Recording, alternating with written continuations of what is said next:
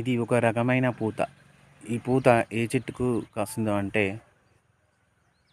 ఇలా కరివేపాకు చెట్టుకు చక్కనైనటువంటి పూత పూసింది.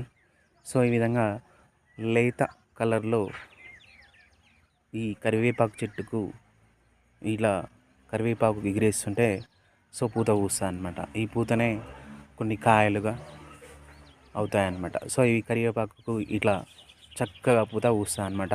సో చూడండి ఎంత లేత ఆకులో కరివేపాకు చెట్టు చాలా చక్కగా ఎగిరేసింది. అన్నీ కూడా లేత ఆకులే.